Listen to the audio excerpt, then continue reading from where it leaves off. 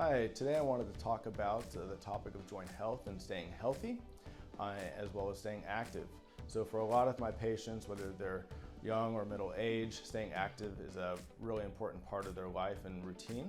And so doing what we can to making sure that the joints stay healthy is crucial. I recently wrote a blog that discussed topics about how we can keep our joints healthy, and one of those things were to make sure that everyone's eating healthy fruits and vegetables, particularly ones with antioxidants, as that can promote joint health over the years, as well as keeping a healthy weight and just keeping moving. A lot of times patients will have little aches and pains, which is completely normal, but knowing when to seek treatment is another important thing. We don't want anyone to cause further injury if they continue to exercise or do sports or activities when they're already injured.